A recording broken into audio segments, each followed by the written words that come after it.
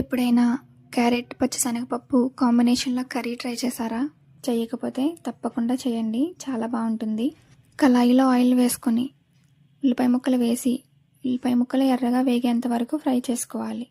ఇప్పుడు టమాటా ముక్కలు వేసి కలుపుకొని మూత పెట్టి మెత్తగా అయ్యేంత వరకు మగ్గించుకోవాలి. ఇప్పుడు అందులో అల్లం వెల్లుల్లి పేస్ట్ వేసి పచ్చిదనం పోయేంత వరకు ఫ్రై చేసుకోవాలి.